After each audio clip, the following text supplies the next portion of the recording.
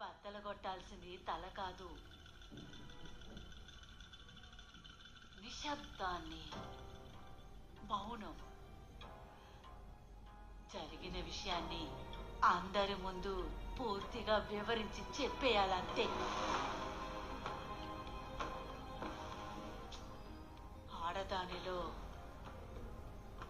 ధైర్యం వస్తే తన మీద చెయ్యి వేయడానికి కూడా ఎదుటివాడు 1000 సార్లు ఆలోచిస్తాడు.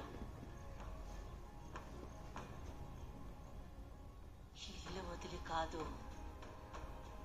ఇంట్లో ఉండి పోరాడు. మౌనం ఈ సమాజానికి ఉన్న ఆయుధం. గొంతు ఆడదాని ఆయుధం.